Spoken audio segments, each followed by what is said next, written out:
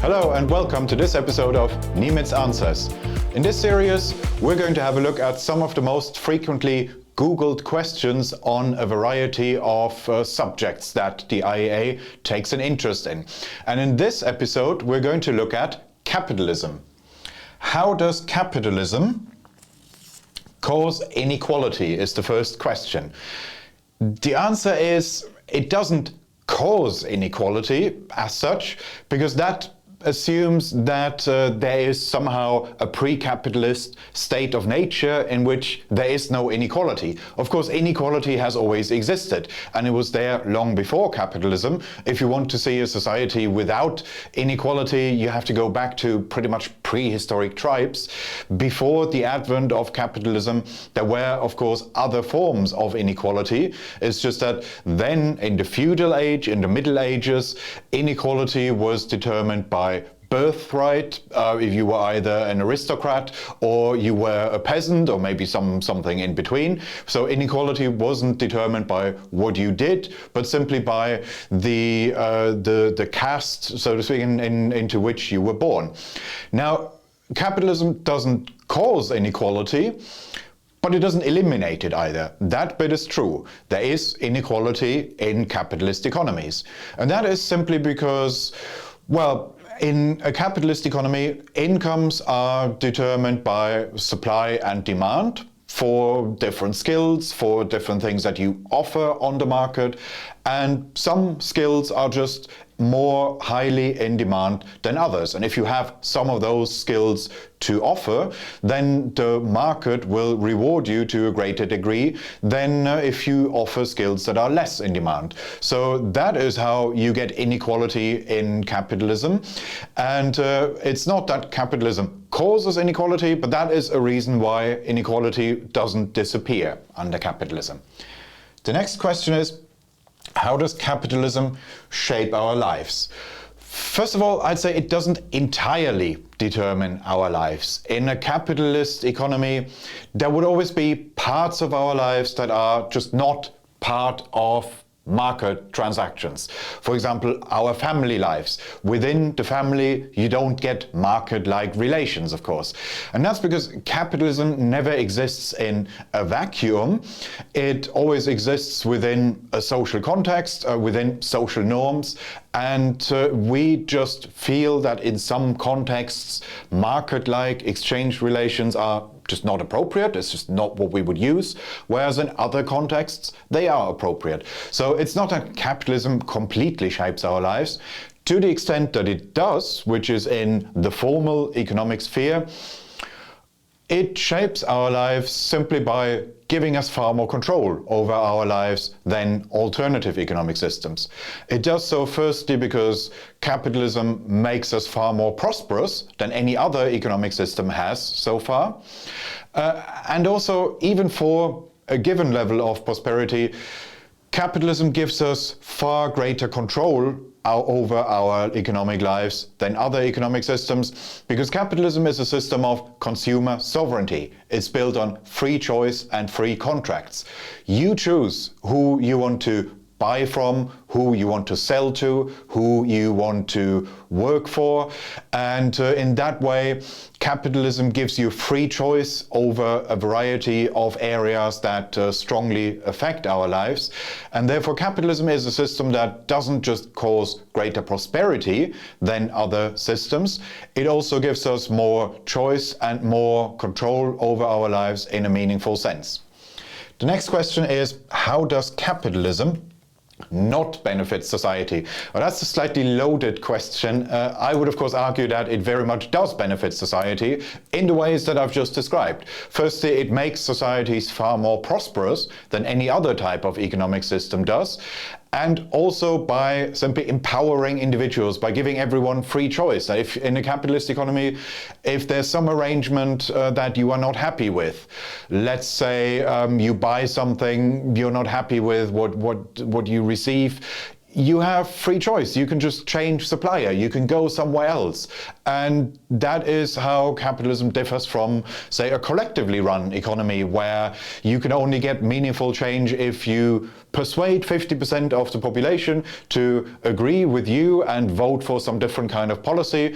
In a capitalist economy, you don't have to do that. If you're not happy with what you're getting somewhere, you can just change the choices that you make. You can buy from someone else, sell to someone else, work for someone else. You can change jobs, you can change supermarkets, you can change energy supplier, you can change flats and houses. It's up to you. You don't need to ask society for permission first. You make your own choices, and in that way capitalism is empowering and it very much does benefit society. Next question is, how does capitalism work? Well, at its heart, capitalism is a fairly simple system. It's not planned by anyone. It's simply a system which relies on private property rights and freedom of contract. So in a capitalist economy, if you want to acquire property, if you want what other people have, then, well, you have to engage in some contractual exchange with them. You have to offer them something that they might want, either a good that you want to sell or just your labor, your skills. You have to offer them something, and if you can persuade them, then you can enter a meaningful contractual exchange relationship in which you acquire property, and that is how you can make money in a capitalist economy. And if it works for you, then you can make a lot of money in a capitalist economy. So the fundamentals of capitalism are therefore very simple, and that's because it's not a system that has been thought up by some intellectual. It's a system which just evolved, and capitalism, therefore, it's not even really a system, it's more like an economic order. If you had a plane crash above a lonely, deserted island, and if the survivors of that plane crash then formed their own society on that island, then that society would probably resemble a small-scale capitalist economy at some point. Even if none of them have read any economics textbooks, it's not that they have all read Milton Friedman and Adam Smith and Friedrich Hayek. It would be something that people just do. But people trade and exchange goods and respect property rights. The state still has a role to play in a capitalist economy, and a rather important one, because a capitalist economy in which the state formalizes and enforces property rights and contracts would just be a vastly more prosperous version of a capitalist economy than a capitalist economy where the state doesn't fulfill those functions. So capitalism is a system which still requires a state and which has an extensive role for the state, but it can initially develop on its own without the state doing anything. So the state in a capitalist economy just formalizes what people already do quite naturally, and in that sense capitalism is a fairly simple system. Next question, how does capitalism cause crime? Well, again, that's similar to the how does it cause inequality question. It's a loaded question because it presumes that there is a pre-capitalist state of a natural state in which there is no crime. That is, of course, not the case. Crime has existed before capitalism, and crime also exists in non-capitalist economies. That's simply because, as I said, in a capitalist economy, if you want to make money, if you want some of other people's property, then you have to offer them something. You have to offer them something that they want and are prepared to pay for. You have to offer them some inducement so that they so that they are prepared to part with some of what they own, some of their money, and give it to you. And that can be hard work. It is, of course, easier to just grab something that is already there rather than produce some novel value, and therefore crime is just tempting, and therefore crime just always exists, whether that's under capitalism or a different kind of economy. And it's just that in a prosperous capitalist economy there is, of course, more to steal, because capitalism is a vastly more successful system than any other. But nonetheless, it would be wrong to say that capitalism therefore causes crime. Crime exists in any type of economic system. Next question. How does capitalism affect the environment? Well, it's not capitalism that affects the environment. It's more that industrial production affects the environment. that would also be true if we had a non-capitalist economy. It is just an unfortunate fact of life that if we want comfortable living standards, if we want high standards of living, then that relies on industrial production. It relies on the use of natural resources, and that, at least with the technologies we have so far, that implies a degree of pollution. So there will be environmental usage, and there will be some degree of pollution in an advanced economy, whether that's capitalist or otherwise. So in that way, yes, capitalism does affect the environment, but not qua capitalism, but simply by producing high levels of prosperity and industrial production. But if we switch to a different economic model and kept the technologies that we have, that would not make a change to our environmental footprint. And indeed, the socialist economies that we had in history and the ones that we still have today, they don't have a better environmental track record than capitalist economies. Quite the reverse. They have a vastly worse track record. And that is for two reasons. That's firstly because under socialist economy, everything is collectively owned. So you get what economists call the tragedy of the commons. Environmental assets are not owned, and therefore or at least not by any identifiable individual, and therefore nobody has a strong incentive to preserve them. So if you have a privately owned forest, for example, then the owner of that forest would not have an incentive to cut down all the trees, because yes, they could make a lot of money right now, but they would also then deprive themselves of any possibility to make money in the future. They would destroy the asset on which their prosperity relies. They would be far better off if they are more forward-looking, forward-thinking, and try to preserve the asset, which means use it in a cautious and sparing way. So capitalism does affect the environment, but it has a vastly better track record than other economic systems. Next question. How does capitalism benefit society? Okay, that I've already answered under the how does it not benefit society question. It benefits society simply by making us vastly more prosperous than other types of economies, and by giving us greater control over our lives as individuals than other economic systems do. Next question. How does capitalism cause poverty? Again, that's similar to the how does it cause crime, how does it cause inequality question.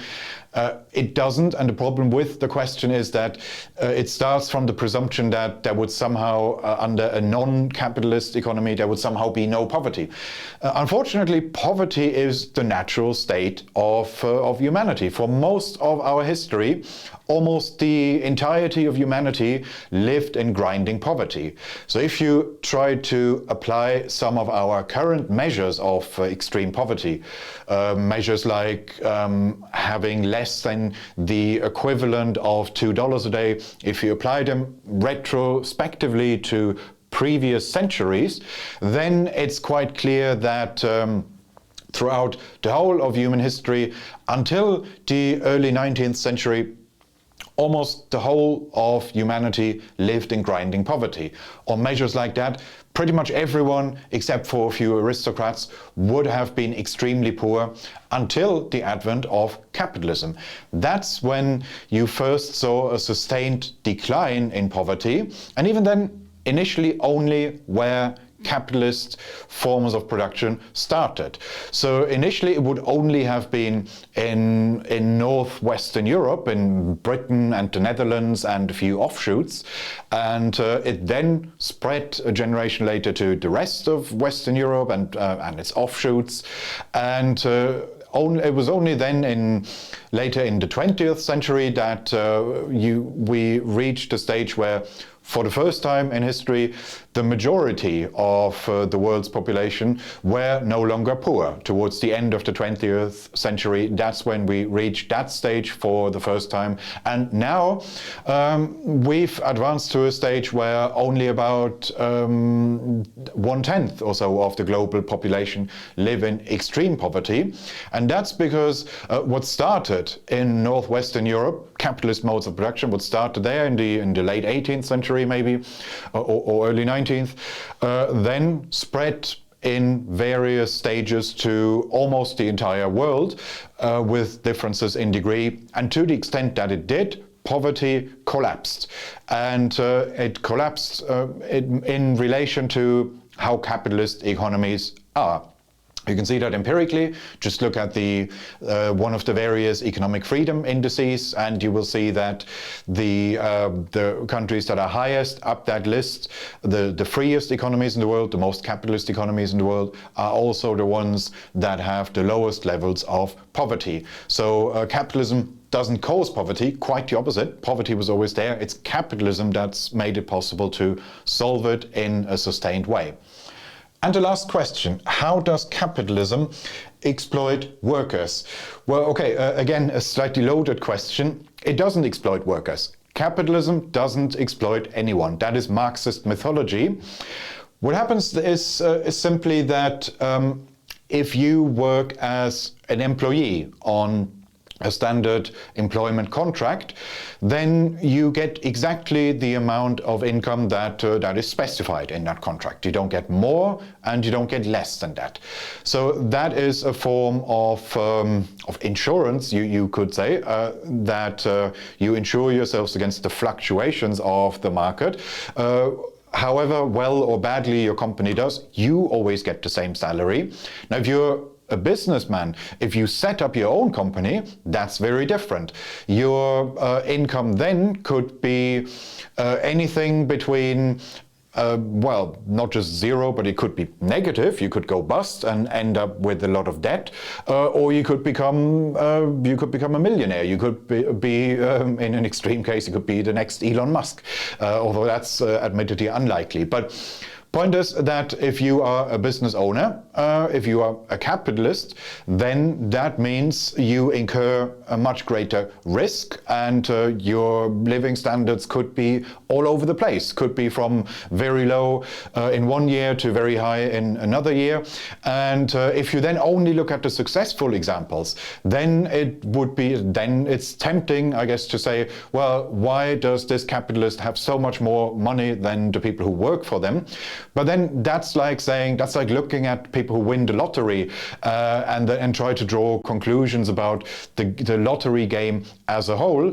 You also need to look at the many businesses that either fail or that just about manage to make a profit, and then it becomes pretty clear that there is no exploitation going on in capitalism. It's just that it's an arrangement where the capitalist takes a much greater share of the risk. That means if the business goes bust, that affects only them, not their workers. If they make a loss, they still have to pay their workers. They would have the same living standard every month. Whereas there's, of course, also the possibility then that they make a fantastic profit and that they become very rich. But that is simply an arrangement which both parties enter into, knowing that in advance, and therefore there's nothing exploitative about it. It's a Marxist misunderstanding to say that capitalism is exploitative. It's not. It's a system of free and voluntary contracts, and if you feel that you are being exploited in your current work contract, then you can always change jobs. Thank you for listening, and looking forward to the next episode. Well, if you enjoyed that conversation, why not watch one of these other videos? And while you're here, remember to hit the subscribe button and the notification bell.